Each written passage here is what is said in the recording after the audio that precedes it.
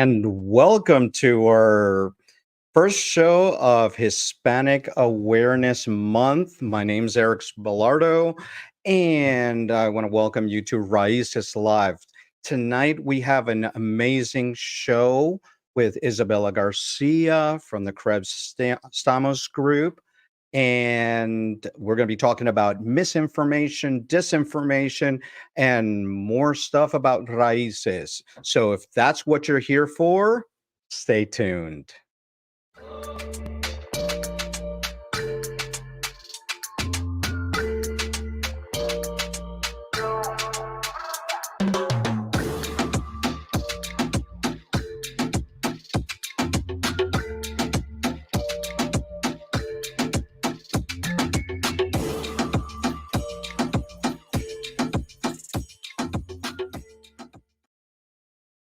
And I want to welcome you all again to the show. Again, my name's Eric Belardo, and you are watching Raíces Live. Tonight, we have a great show, but before we get started, let's do some quick housekeeping. If you are watching us from Facebook, make sure you go to this site so that we can see your comments on the live stream. Okay, and without further ado, let's introduce Isabella Garcia. Isabella, how are you today? Hi, great. How about you? Doing awesome. And we've got some great folks out there joining us today. I want to say hello to Carl. I want to say hello to Amarilis. I want to say hello to Infinite and Cyber Panda. All right. So, Isabella, tell us a little more about you. Yeah. My name's Isabella, go by Bella, and I am currently a consultant at the Krebs Stamos group. Graduated a couple years ago from Stanford, where I studied CS, and really just kind of dove into this world of misinformation, disinformation, cybersecurity pretty recently. So still learning a lot, met a lot of really good people in the field, and yeah, just really excited to join you today. All right. And so, tell me, how did you stumble into the side of misinformation and disinformation? Totally. So at Stanford, I studied CS, but was really focused more on kind of AI and product. I really wanted to be a PM. So was doing a lot of big company internships, really liked that world. And then got really, really lucky my senior year when I took Alex Stamos's class. It was called Trust and Safety Engineering. It was just 10 of us. I took it with a good friend of mine, and we were just chit-chatting in the back of the class. But always we're just really, really excited to hear about the new topics, learn about everything from CSAM, terrorism, online, mis and disinformation was one of the topics, but just a whole host of online abuses. The format of the class, though, was Alex would bring in speakers that were practitioners in the field who had studied and had a similar background to me, but seemed to be doing really, really cool things, working on what I thought were more important problems than kind of where I was headed before, which I wasn't as excited about sometimes. So it was just really exciting to know that you could make a career in trust and safety. And because of kind of more personal background and having family members who were in kind of these disinformation communities, and went through some of these rabbit holes. I got really focused on disinformation specifically, and then kind of was off to the races from there. Had the opportunity to work on some elections projects, which I could get into if that's of interest. Worked on vaccine disinformation, and just snowballed from that initial class, really.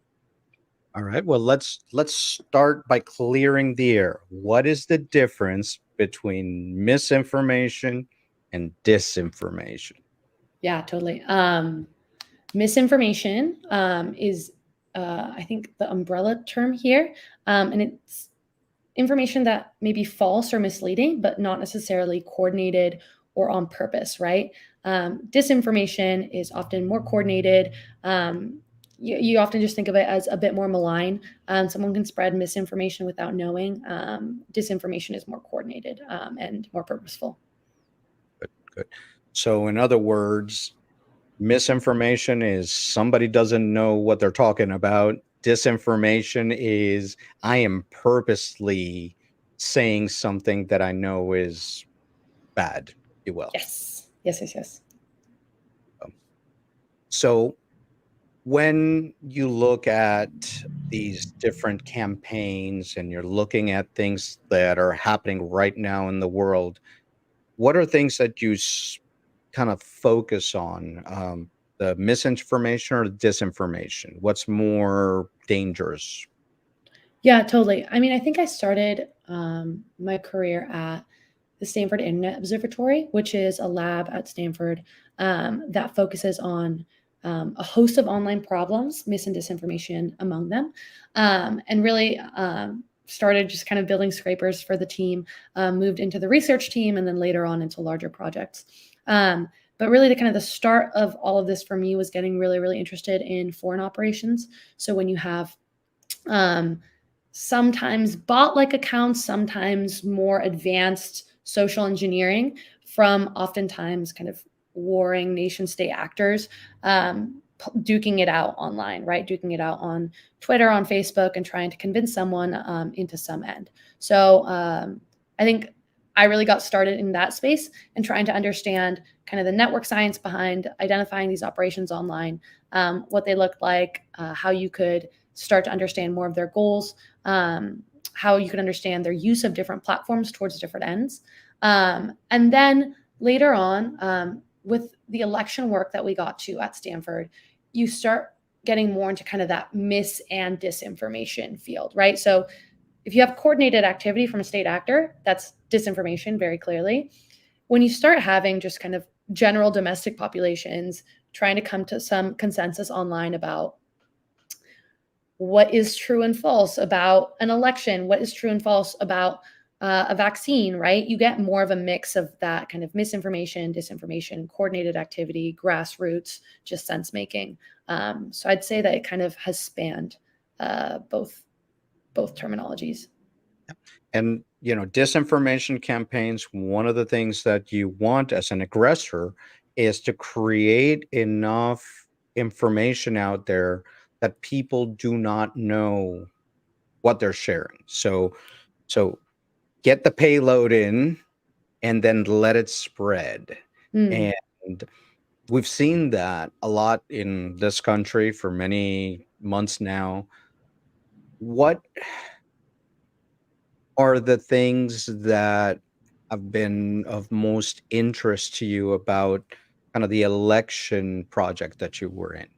Or what was the focus of that?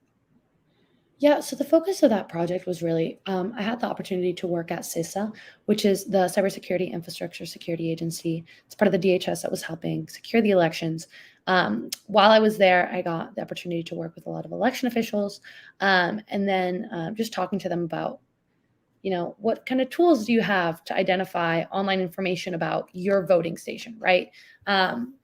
We really wanted to make sure that the focus of that project was not political, more about is this polling station open or closed, right? You can actually influence a lot of offline behavior by just making up a story online that says, hey, polling station is closed, no one else come vote, right? And that's more of an interference with the democratic process than trying to convince someone whether this candidate said this or that, or they have this or that policy, right?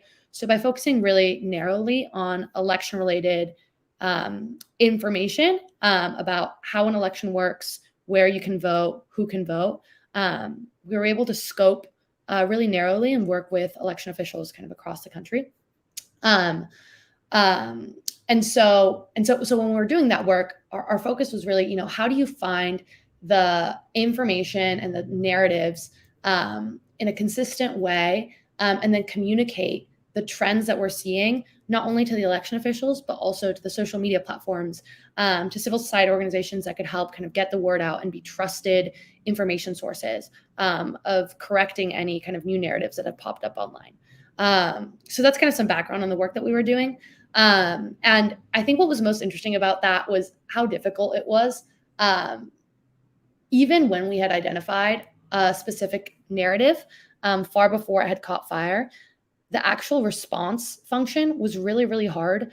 And it wasn't clear to me that we could actually intervene once a narrative was incepted in a large enough number of influencers. So the biggest problem for us was these large scale influencers that were verified, that had existing audiences. And once they kind of caught wind of, hey, Sharpies are being given out to just Republican voters at this voting site, right? Once they caught wind of an idea like that, it really took a life of its own. And it didn't really matter kind of who we had contacted or at what point we had contacted them, because their platform was just so big and their network influence was just so big that the narratives would just really take off very, very quickly. So when you get to that point where the influence has spread and you have to contain, what do you do to contain it? What do you do to combat that misinformation, disinformation? Depends on what it is.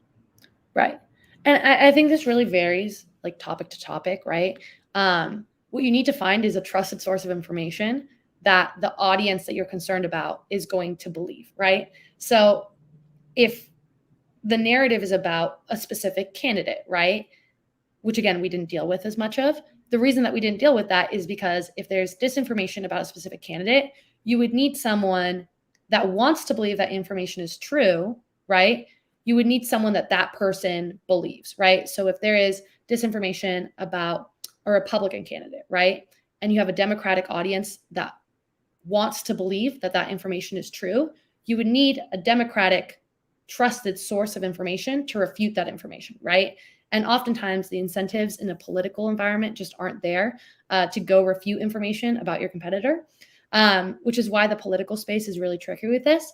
When you get into a space of, you know, how the election works, where you can vote, how you can vote, who can vote, our bet was that the election officials would be able to be that trusted source of information, right? They seem pretty neutral. Secretaries of state, of just, you know, hey, by the way, we aren't giving out these pens to disqualify some voters. You know, any marker is going to work. Go ahead and vote. That kind of message, we thought that an election official could give it out and be a trusted source of information there. But unfortunately, that ended up not being as true as we thought. And it was like a really important initial assumption for us because the election officials themselves got so politicized so quickly. So the unsatisfying answer is it really, really depends. And sometimes the person that you think is a trustworthy source of information gets co-opted and no longer has that influence. Correct. And we have a question already for you. So what makes a really good disinformation campaign? What's some of the most impressive ones you've seen? Yeah. Thank you, Anshul. Thanks, Anshul, for the question.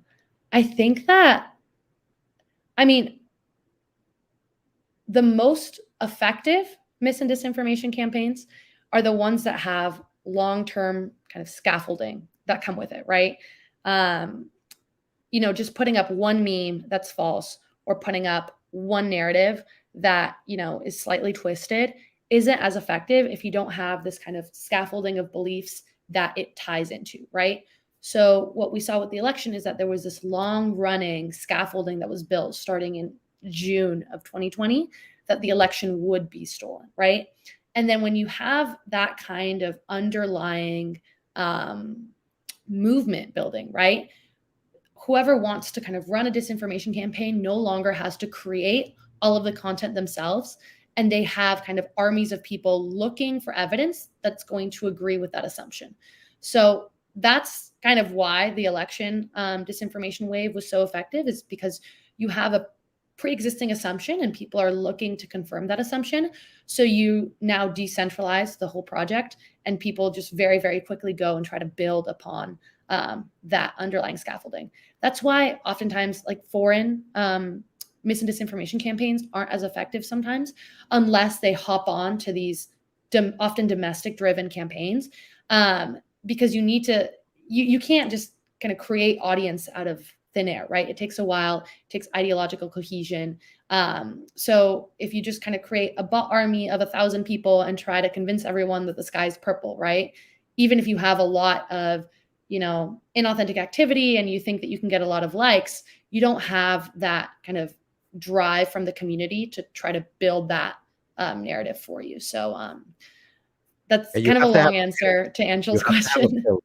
Yeah. Yeah, and it's all about communities, right? It's like, what do people want to believe? And are you furthering that kind of those underlying assumptions? And if you are, you're going to be a lot more successful.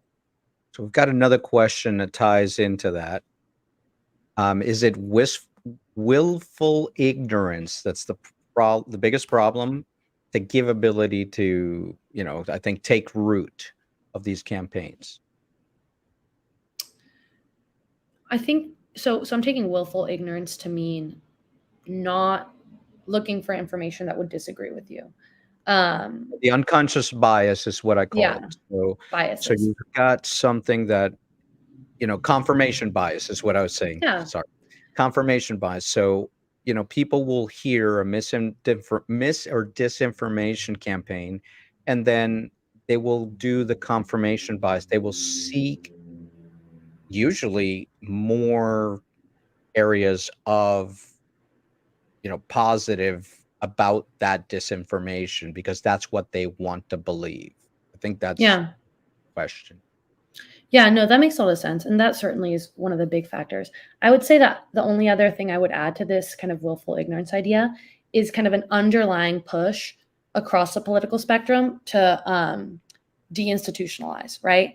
Because that's kind of the reason that we can't actually go out and try to correct any specific narrative is that institutions themselves or people that we would have gone to before to get answers from are no longer as trusted. So if you're a scientist, that actually makes you maybe, you know, bought out by big pharma, right? And you're actually less trustworthy than you used to have been. So willful ignorance is a really big portion of kind of starting these campaigns and getting that initial momentum building. But this kind of nihilistic push to dethrone all of the old authorities that we used to have, right? Is kind of what I was pointing out earlier, that it seems like a bit of an unsolvable problem right now. Because I mean, you can't just tell people, okay, now go back and believe the scientists, right? Like you have to have good reasons and you have to have, logic behind, okay, where are we going to get trusted information moving forward? Oh yeah, and that's become such a topic with not just the COVID situation or the political situation. It's starting to permeate the entire culture, if you will. Mhm. And actually, following up another question here, this topic it seems to be a hit with our audiences here. So, disinformation campaigns, partition attacks according to different groups. How can we incentivize social media to take it seriously? Hey, Social media is in the social media companies. probably, yeah. Yeah. Okay. Um, I mean, yeah, I think that oftentimes there's a lot of coverage of disinformation, specifically, in the election or in vaccines, often kind of on the right side of the political spectrum, but really kind of this is a movement across um, the entire political spectrum, right? And everyone is a victim here, and it is affecting all of our lives.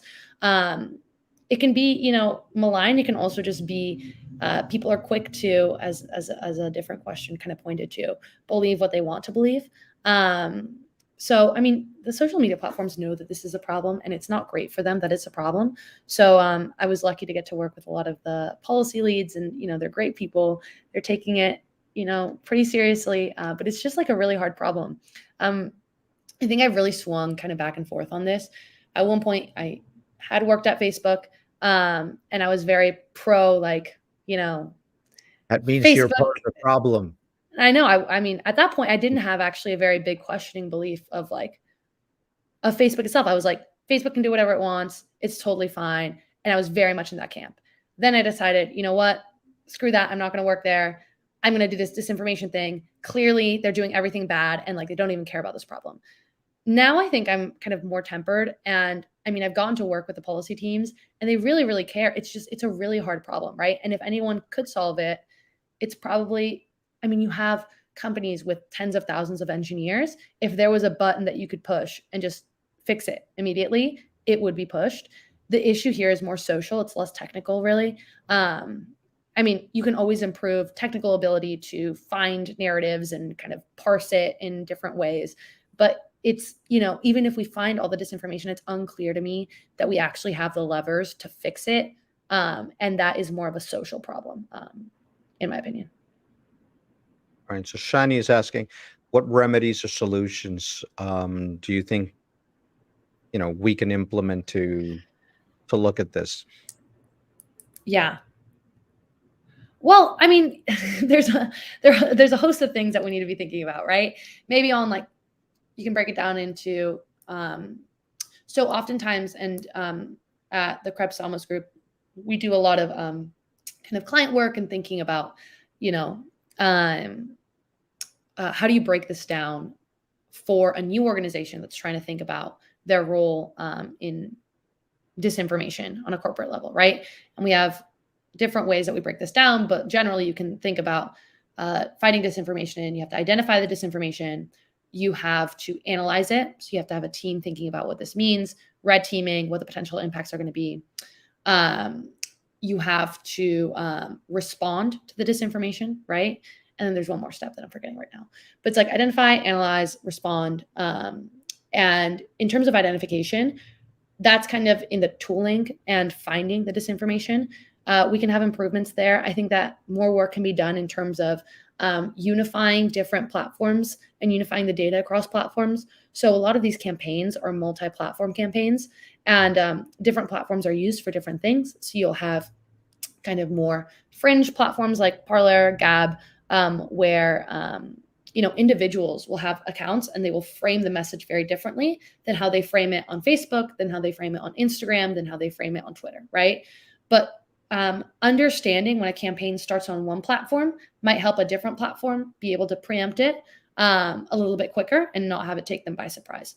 We saw this with the pandemic video, which was a big thing early in the pandemic, I think May of 2020. Right. And we saw that, had one platform been, notified of this a little bit earlier, maybe they would have been able to catch the spread there. So kind of that cross-platform interaction is, I think, maybe the biggest technical idea I'd be excited about. In terms of response, again, it's just a social problem, right? And it's just trying to understand how do you kind of understand where people are going for trusted information. Yeah, definitely. And what about this audiovisual shaping the disinformation campaigns? And how can we identify with using machine learning or any other advanced technologies? I know on the cyber side of the house, it's very difficult. Very Yeah. difficult. It's got to be forensically examined. And I've done some cases of that myself, and it's actually very difficult. So Yeah. how is this shaping the landscape of the emerging disinformation campaigns? So deepfakes, right now, I mean, at least in the election work, weren't a huge issue. The biggest thing that I'm concerned about with deepfakes is ability to kind of say someone did something that they just never did, right? So for example, there was a video of Biden and his hand kind of moving, in theory, through a microphone. That actually ended up landing pretty hard. And a lot of people were sharing that video and having all of these kind of thoughts about like whether Biden was real or dead and things like that, right? So video content it's really impactful and it spreads really, really quickly. And if you were able to have a politician say something that they just never said, right, through a deep fake, that would be pretty bad. And given past trends, would spread pretty quickly. So that's maybe like the biggest concern I would have with deepfakes themselves. But in terms of having fake actors spread a message, it's hard to understand what the actual impact of this is right now because it's hard to detect, right? So oftentimes right now, at least on the visual side, you can detect if there's a GAN, like a fake face, because they're not that good yet. So I don't think that we're being tricked by too many GANs. And like I said earlier, the biggest issue is these influencers that already have a lot of trust in the community. But certainly having more advanced bots could pose an issue later on, because you can, astroturf and generate more movement against more popularity behind a campaign than maybe it would have organically with these advances. But again, it's hard for me to estimate how much of an issue this is right now. All right, let's see. See this?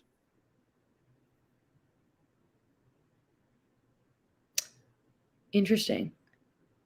I'm not Like, familiar know with this more about campaign. that. I'm not familiar with it, but I will look it up after the show. Yeah, Infinite. Send me some more information on that. Okay. Amazing. All right. And we have a community of cybersecurity people that work on this all the time. So this has been very good. So tell me, what do you see as the future of how we're going to be dealing with misinformation, disinformation? What is the future hold? What are you seeing in the research uh, that will help us, here in a year from now, get your crystal ball out and tell me what you think. What do you think? Yeah, I mean, so we're seeing trends in pay for hire disinformation, which I think is really interesting. So there's organizations in Moldova and in random Eastern European countries that you can pay, and you can have fake accounts go and spread whatever message you want. I think it's Recorded Future that has a really interesting overview of this. And they went and they had essentially they paid for a campaign pro and anti a fake entity, and had that kind of run its course. It didn't get a ton of, I mean, I'm very skeptical of the impact of fake accounts, because it's hard to garner a lot of that engagement and move the hearts and minds of a lot of people. But it's still, an interesting trend that maybe, again, with advances in AI and ML could become a bit more dangerous. But again, it's really community building and impacting communities with trust that you have there. So that's something that we, should start watching out for, especially as these disinformation for hire industries may start acquiring accounts that are older, that have already made it into communities, things like that. So disinformation for hire is really kind of on that corporate disinformation side, and something that different organizations are now starting to take a little bit more seriously, in terms of just kind of how it might affect you and me, and kind of in terms of overall social media disinformation. I don't think that much has changed since last year. We're still seeing kind of a lot of domestic disinformation, at least in the US, driven by major players, and just continuing to have siloed information ecosystems. So that's just a really difficult problem that we're going to have to figure out what's best to do there. Yeah, definitely. And it becomes even more fragmented and siloed, and these echo chambers that are continuing to be a problem, be it in the medical disinformation, be it in the political disinformation, or just the ethnic and racial Mm. disinformation that's out there as well. So are you guys looking, or in your research, um, how has the impact of this disinformation affected call it the domestic terroristic, or issues domestically? So this mis and disinformation internal to the United States. As in what the biggest potential effects are of domestic disinformation? Mhm. Yeah. I mean, so you can point to a lot of things here, but I would say, I mean, January 6th was not super ideal, right? So that is a not ideal consequence of a lot of people genuinely believing that the entire election was rigged, right? Elections are something that are really, really hard to get right. But the good thing is we have a lot of organizations that worked for years and years trying to make sure that they were secure, and a lot of measures just built into how elections are run that would help us have some semblance of confidence that votes were counted accurately, right? So thanks, Carl. So I mean, on the domestic side, I think that was really disappointing, right? And especially for people who worked on the election itself, and worked on disinformation related to the election. I felt really deflated after that. Um, Again, because it feels like a problem that's not easily solvable, right? We found a lot of, it's not that hard to find disinformation even before it takes off, right? There are factors of what community it starts in, or who, like what the trope looks like, right? A lot of times the disinformation that spreads most quickly is something that you've seen before, right? So there's this thing called, oh goodness, now I'm forgetting the specific it starts with a B, but it's this statistical law that is often used in any election. And the UW team at the EIP actually did a lot of work on kind of breaking this down. Benford's law, essentially a statistical law that is used sometimes to determine whether voting counts are accurate or not. And every single election, whether it's for presidential elections, midterm elections, elections around the world, this law is brought up and it's misapplied to the actual voting counts to show this kind of big statistical outcome that proves without a doubt that the election was stolen, right? And it's math and people don't understand math, so it has to be true, right? And so we've seen that, we saw that happen for the election. It had already happened for previous elections. For the recall election, I think it happened again. And so a trope like that just continues to come up again and again, and continues to pose a problem for, elections around the world. So I don't know. I think it's just a really hard. Sorry, I'm very negative about this space, but it's a hard space to work in because you think that it's over and you think that you've corrected it and you think that you've explained it 1,000 times. Benford's law, exactly. You think you've explained 1,000 times why you have to use Benford's law in a super specific way. Otherwise, it doesn't actually show what you're trying to show. But then the next influencer picks it up and makes these grand claims and convinces hundreds of thousands of people. And then it's too late, right? Like the train has left the station. So it's a tough field, I think, to work in because it's not super clear to me how you move past these patterns. Yeah, it's again, like I said, the confirmation bias, it just takes off, and that's Yeah. what Shani just said. Yeah. So yeah, it's this field of misinformation, disinformation, and dealing with this online and how it spreads can, just like you said, can drive you insane when you start seeing the patterns just emerge, and you say, "There's one, it's gonna take off," and Yeah. you have Oh, nothing yeah. you can do. Yeah, yeah. Like, I mean, with the upcoming midterms, as soon as you see Benford's law being used by an account that has more than 10,000 followers, you can expect that will, within the next 4 hours, just be viral. Like, it's just, it always happens. And it's not that hard to predict. So I guess that's my broader point, is that it's not that hard to know and really preempt. This is a lot of the work that we did for the Election Integrity Partnership and then the Virality Project. It's not that hard to preempt what the narratives are going to be. What's really hard is to figure out, how do you kind of contain the damage that they can do. It's the identification is easy. We can see it a mile away, but Yeah. it's what do we do to respond to something like that? And that's the challenge between, now you get into the social side of the house, and the political side of the house. Can I stop that? And then people say it's, First Amendment right. I have the right to say this. And you're, as a social media company, you're going to try to, if I try to stop that or silence that, it comes out in a bad way. So I guess we have to figure out a way to identify and publicly say, this is not a human, this is a bot. Let's just say, maybe start there. So if we see a bot, you're not infringing on First Amendment because it is a non-human entity. I don't know, I just threw that out. Maybe that's something I should study. Yeah, So no, what do I you mean, think like that? What are the response factors for that? What do we do? on the social Come side. on, tell me.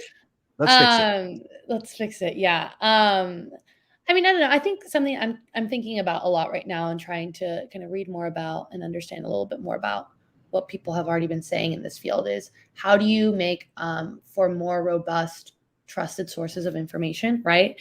It's easy to just be like, oh, well, people should just believe the medical journals again, right? Like you can't just say that and hope it happens. So you have to kind of really meet people where they are and understand why do people not trust the institutions that exist right now? And what do we have to do to create more robust and trustworthy institutions moving forward, understanding the information ecosystem that we actually live in? I think this is a really hard problem that I don't know that much about. So I am not going to pretend to be an expert in that space. I just I think for me, have identified it as maybe the biggest question that we need to start solving. We can't just say everyone should just listen to the BBC and CNN and then kind of go on their merry way, right? Old media institutions have a lot of problems with them, right? Institutions like the WHO and the CDC, right? They're trustworthy institutions in that there are processes that people just don't understand how they work, or like the FDA, right? FDA approval. Everyone talks about FDA approval, right? There are processes that make for a drug to be approved or not approved, right? The issue is people don't understand that these exist, and it's not part of our basic informational literacy curriculum. That's I think correct. Mike Caulfield on Twitter, I would really recommend people follow him to learn more about this. This is the person I trust most among a lot of people about this specific question of how do you build trustworthy information sources. But I really like his work on this because it's the idea of just, it's weird that we don't learn about media literacy when we are growing up, right? And it's weird that we I didn't know how an election was run until I worked at CISA. And I just assumed that elections were safe, right? And you shouldn't have to assume these things, right? But you shouldn't also have to immediately assume that they don't work, right? There has to be some happy medium of understanding, okay, when a ballot box is taken out, there is a Republican candidate and a Democratic representative, and there are a series of steps that they take to make sure that the votes are counted in this safe way, right? Understanding the processes might help here. I don't know. I mean, I think I'm rambling at this point, but I think it's just like a really sticky problem, and something that I want to learn more about and kind of understand a bit more about what specific steps we should be taking. And so I keep on going back to this basic education.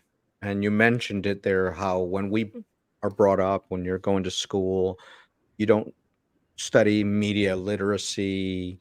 And actually, a lot of the critical thinking skills, I think that's something that I've always been drawn back to saying, how can we combat these things? Can we go back to an education where we learn, teach people how to be more critical thinking? And it's just something that I think about a lot, is how do we fix, because right now, as Carmen is saying, you know I don't think people will go back to believing anything. We've been divided. This is a huge social issue, but how do we fix that? And Anshul brings up a good point here. How can these social scientists work with the technology to kind of start working on this problem? And I know we are working on this problem, but this definitely needs to be multidisciplinary. Yeah, I mean, I would agree that this needs to be far more multidisciplinary. Um, I mean, people have been just throwing out words like the backfire effect and confirmation bias, and these are all terms that social scientists would kind of roll their eyes and be like, yeah, we know, we've been thinking about this for, hundreds of years, right? So it's a really important discipline to bring into the conversation. Even this idea of, whether or not you label a post, is that helpful or not? When do you deplatforming? Is that ever a good idea? I have, there's actually a lot of conflicting opinions on these things, right?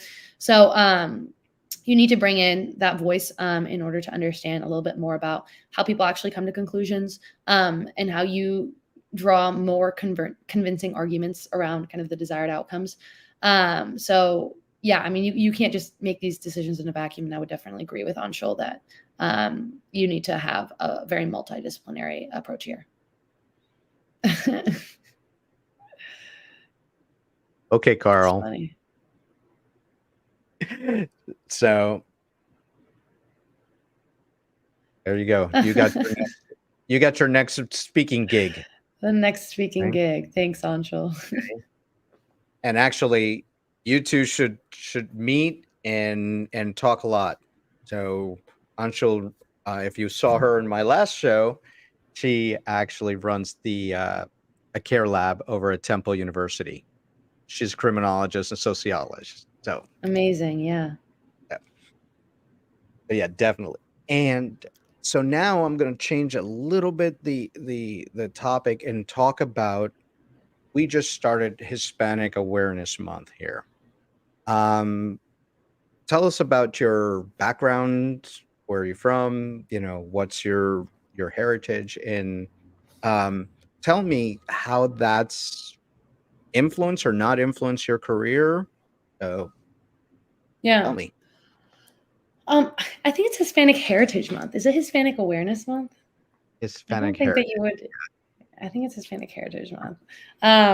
That's my disinformation campaign, Yeah. There's Hispanic awareness. I didn't know that there was an awareness month situation as well. But yeah, my family is, my mom is from Venezuela. My dad is from Mexico. They immigrated here when my dad was studying to get his PhD in Texas. He's a scientist. And my mom was studying English. So they ended up here. I was born here. I grew up here, but grew up visiting my family a lot, back in Mexico and Venezuela, up to a couple years ago. I couldn't go back to Venezuela anymore because the situation there is pretty bad.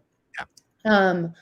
But yeah, I mean, I definitely, I think, my heritage is a really big part of who I am, how I think about problems. I think my family was very religious, which is very common among Hispanic families. I think that gives me a bigger appreciation for a wide spectrum of beliefs and how people come to conclusions, especially very deeply held conclusions, as a lot of religious people do have extremely deeply held conclusions, right? So I think that is like a really important aspect of my personality, which I bring to my work. In terms of in the workplace, yeah, I mean, I think I was fortunate. I got into tech really early. I think I did, my first internship was in 2015 or something. I went and I got to work at Microsoft, and just really, really loved the big tech environment. And big tech has a lot of minority representation programs. So my very first college internship was this thing called Facebook University, which tries to get more minorities, women, and also just a vast spectrum of different minority in tech groups into technology. So, I mean, I really owe it to programs like Facebook University, which kind of kickstarted my tech journey. Once you have one internship, it's easier to get the subsequent ones. I did have a problem with Facebook University, though, in that I felt like I was less prepared for the subsequent engineering internship I had. And honestly, I probably wasn't less prepared, but I definitely felt less prepared because I always felt like I had gotten in this like backdoor way. I got almost perfect grades in school, right? Like I wasn't bad at computer science. So it wasn't that I was bad at engineering, but I always was I felt a little bit out of place, because I felt like I had this like cheat code getting in.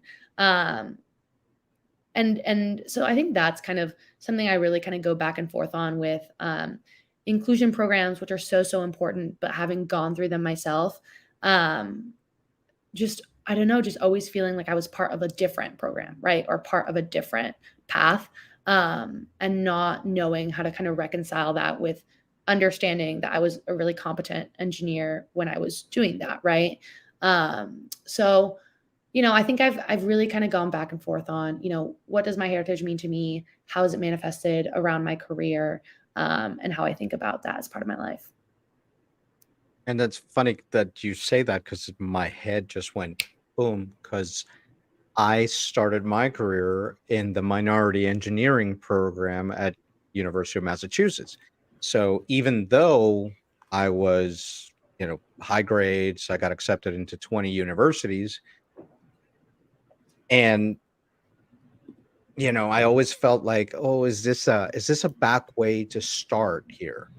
But I understand exactly what you mean. But, Yeah. once we get in there, you know, now that you are in here, now that you've been in the career for a bit, how is, how can you reconcile with what you did before, or how you were thinking before? I mean, I've been lucky to have a lot of mentors and a lot of really great mentors, and have had a pretty good career so far. I mean, for myself, I'm pretty happy with kind of where I'm at, the opportunities I have. So I guess I think that would speak for itself in some regards, right? I didn't just fall off the face of the earth after my first internship. But again, I mean, that was due a lot to kind of people who bet on me and kind of helped me understand where I want to go with my career itself. So I think, I mean, that was something I thought a lot about during college and while I was in kind of these big tech spaces. I think a lot less about it now. I also haven't pursued a ton of those kinds of programs again. I think it's something that you do early on in your career. And again, I'm super grateful for it. I don't know, you don't really know the alternative, right? So I don't really know what would have happened had I not gotten the Facebook internship to kind of kick off my career. But I mean, I think it was very, very helpful Right. starting point for me. All right. So we have another question here from a grad student. Here we go. Oh gosh, this is funny. This is funny because I applied to grad school and then didn't end up actually going to grad school. So I always hesitate to give Don't tell grad Anshul students that. advice. I sorry. Don't tell Anshul that. Oh, that's funny. Drag you. Yeah, no, no, no. I did the whole the grad school song and dance. I think hopefully I've closed that door, but it's always so tempting. It seems it's just the coolest people I've ever met are in grad school and in academia. So it's always just something I think about.